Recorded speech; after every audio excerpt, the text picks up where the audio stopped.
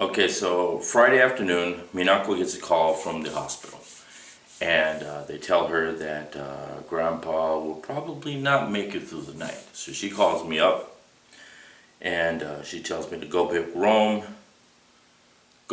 up from school, and then head on to the hospital because things are not looking good right now for Grandpa. So I go to pick up Roman, and I tell him that we have to go see his grandfather.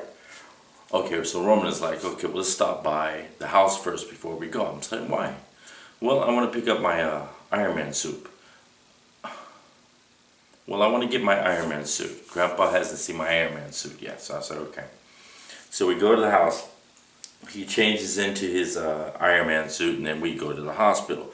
Minako's already there. Grandpa is comatose. He is out. His breathing is very deep. You can tell that he's fighting to breathe. You know, Grandpa, he was diagnosed with acute pneumonia back in October of last year.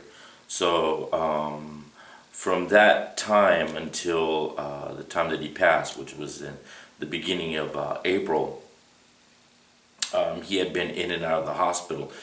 He could not function without oxygen. He couldn't sit up for more than a couple of minutes without losing his breath. So it was really difficult to take care of him at home. So he was in the hospital most of the time. Now, when we were at the hospital, Minako was there trying to communicate with him. His eyes were closed. He was out, like I said. And she was telling him that Roman and myself, we had just arrived. So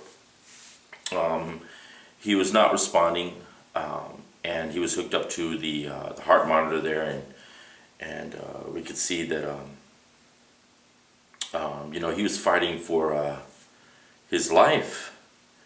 And Minako tells Roman that, you know, tells him to say something to Grandpa, you know, because he's looking for somewhere to go, but he needs direction. So come on, lead him back, Roman. So Roman jumps up on the bed and he gets into his face and he goes, Grandpa! He's saying, Grandpa, open your eyes. It's not time for you to go yet. And then, the heart monitor, it just starts to jump. Blip, blip, blip, blip, blip, blip, blip, blip. So, we could see that Grandpa was acknowledging Roman's presence at that moment. So we're pretty happy that he knew that Roman was there, and we were all with him. And you could see tears just well up into his eyes, and he started to cry. So soon after that, the doctor calls us into his office, and he's trying to explain what's going to happen from now on. And he showed us the pictures of his lungs, and his lungs were just tore up. His lungs were in bad condition. You see, Grandpa was a smoker ever since he was 15 years old. See, he smoked from the time he was 15 up until the time that he was 65. Okay, and he passed away when he was 86. So he had quit, what is that, 21 years before his death. But those cigarettes, they had already done the damage, and he was in bad shape. So that's eventually, you know, what got him. And I have to tell you, fam, the time that I spent with him was just profound. You know, it was like talking to a history book every day. And I have to be honest with you. At the very beginning, I was kind of hesitant because I really didn't know the man, and he kept himself pretty distant from me. You know, he was a good guy for the most part, and we got along, you know, when we were together. But we never spent a lot of time together, you know, just him and myself. I made it a point to make sure that he had a good relationship with Roman, because Roman should know that he has a grandfather also here in Japan, and that's his mother's father. However, he did not have a good relationship with his wife and his daughter. His wife and Minako, they basically hated the guy. Okay, he was a pilot all his life. He worked for JAL, and he also finished out his commercial flight career with the what is that, ANA. Okay, so yeah, he was a pilot. You know, he was envied by men and sought after by the women, you know, and you know, he was a popular guy. So, you know, I don't have to paint a picture for you, but you know, you kind of get the idea that he was, you know, he played a lot, and it wore his wife and also Minako down. You know, they basically just, you know, didn't care for the man at all. Even when he was sick, you know, nobody really went to go visit him. I was there on a daily basis. I went to go visit him twice, as a matter of fact, when he was in the hospital. It was a daily routine for me. I got so used to it. Right after I finished my morning classes in the afternoon, I would go to the convenience store, pick up a thing of ice cream and a couple of bottles of Coke, and take it to the hospital and stay with him until he finished his ice cream, clean up his little area there, and then tell him that I'd be back in the evening with Roman.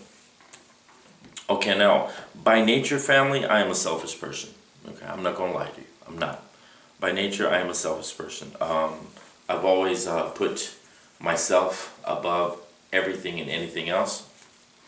I think all of us really did, you know. I think we all have that in us, with the males in my family.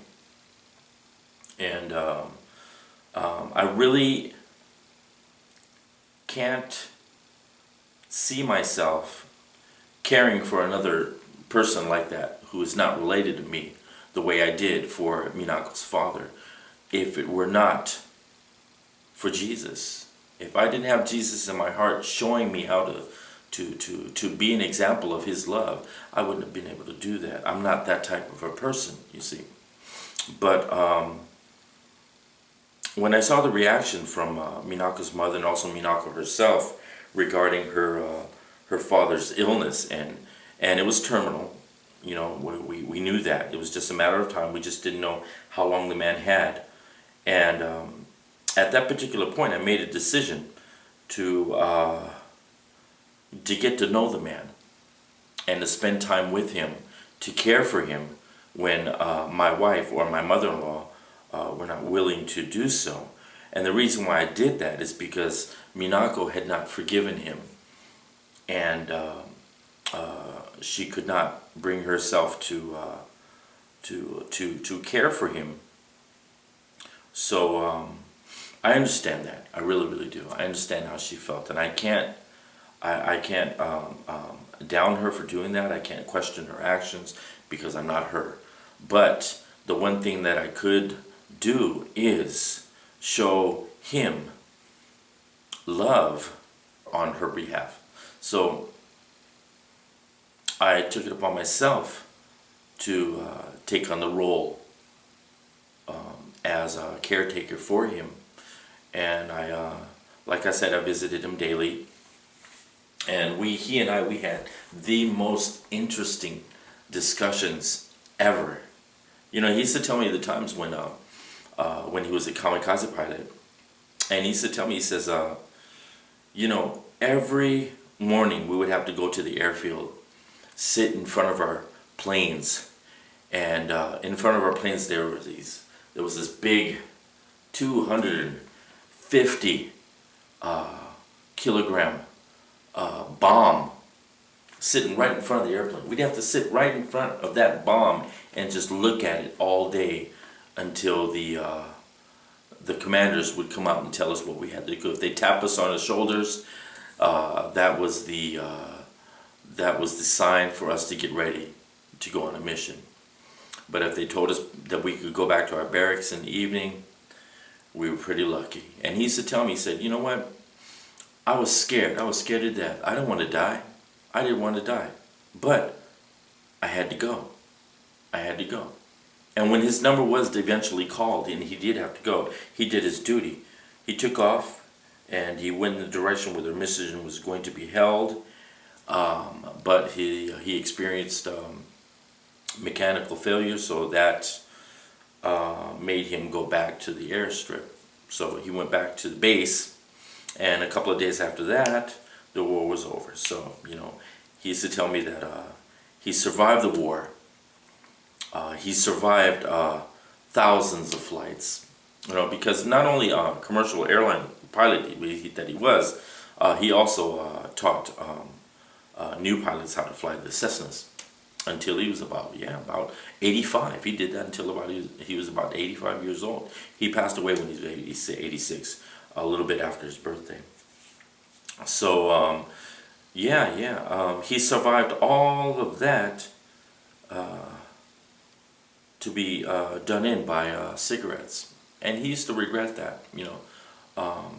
It was so much of his life that he shared with me that I was really blessed to have been there, to have those type of discussions, and just listen to the testimonies that he had about his life and the regrets.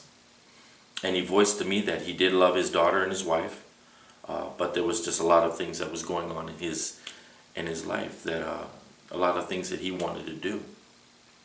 And like I said, I can't judge anybody. That's not for me to do. But the only thing that I could do is show him the love that I have in my heart, that I have received personally from Jesus Christ. And I knew that no one else would do it. No one else could do it but me. And to the very end, I was, like I said, I was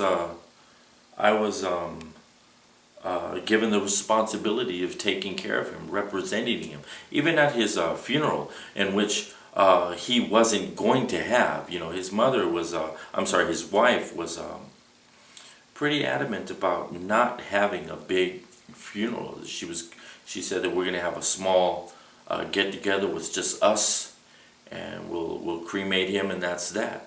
And I was like, nah, we can't do it like that, because you see, this is Roman's grandfather.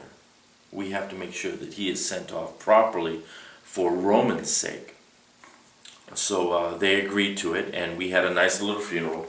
It was Minako's mother is a member of the SoCal, what is it, religious sect or whatever. I'm not really familiar with it, but there were a lot of members from that organization who attended the funeral. I don't even know if they knew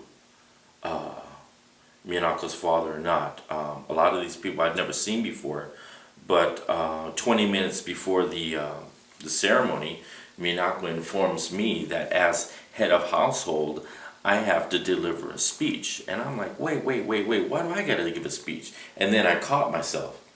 I said, oh, okay, yeah. Because you know what? Who knows this man better than I do? You see what I'm saying? Who knows him better than I do? No one. So we sat up in front and we waited for our cue.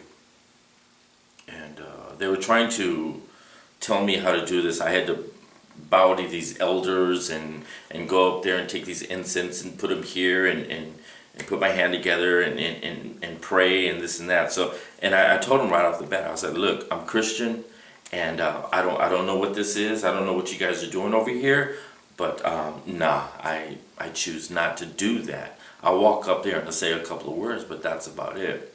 And then so Minako said, yeah, okay, I understand that.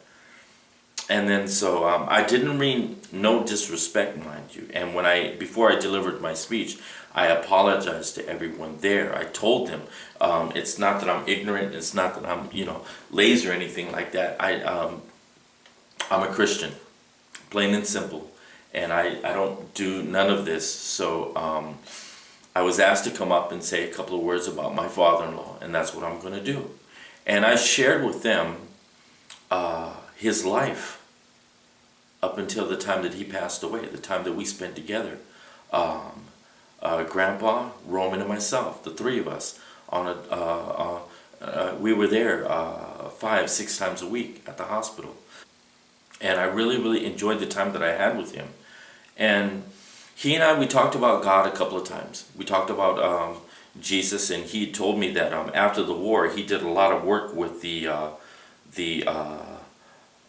American Navy, the naval pilots, and he worked on the base, the American base, and he did a lot of work with the Americans.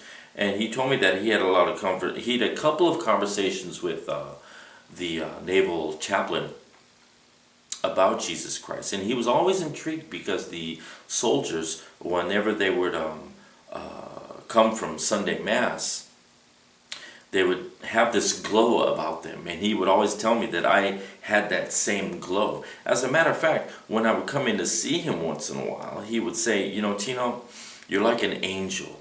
And I'm not really sure if the SoCal sect, if they are familiar with angels, or if they have angels, or I'm not really sure, but I believe in my heart that whatever was triggered in him so many years ago, I relit that fire every time I came to visit him, and he was able to see the love that I had for him as a son. And I could not have done that without knowing that love myself. And I got to tell you, family, there have been many situations where I am just so blessed. I'm just so happy to be a representative of God's love. And I know some of you out there who just don't believe, you're not believers. There's no such thing as God's love, this and that. I've never experienced it. Okay, but I hope that these videos that I put up help you understand, help you believe that there is. You know, people, you know, they just don't believe. A lot of people, they just don't believe in it. But family, I want you to look at me as an example, because I am an example of the love that he has for all of us. I am a walking example of the forgiveness that we have been shown as sinners. And it's a beautiful thing. It is a beautiful, beautiful thing. And there's nothing like it. You know, I see people on a daily basis trying to scratch and get that golden ring. But I'm like, you know, why? Enjoy what you have right now. Be thankful for what you have right now. And Minaka's father, he taught me that. You know, he went out in a very terrible way. He really did. He was confined to this hospital bed with all these tubes sticking out of him like that. And it's like, I don't want to go out that way. I really, really don't. That's why I take care of my body. I thank God every morning for giving me the opportunity to represent him again, you know, and I want to continue to be a tool for his work. And in order for me to do that, you know, I have to be true to my mission here. Recognize it, realize it, and understand that I am here to be used. And I got to take care of myself. You know, I can't see myself going out in the hospital bed like he did. And I'm blessed that I have a family that loves me. And I take care of them the best I can. And first and foremost, I put God before everything. And he tells me to love my children. He tells me to love my wife. He tells me to love my neighbors more than I love myself. And being with Minako's father was just an example, was just an opportunity for me to do just that. Yeah.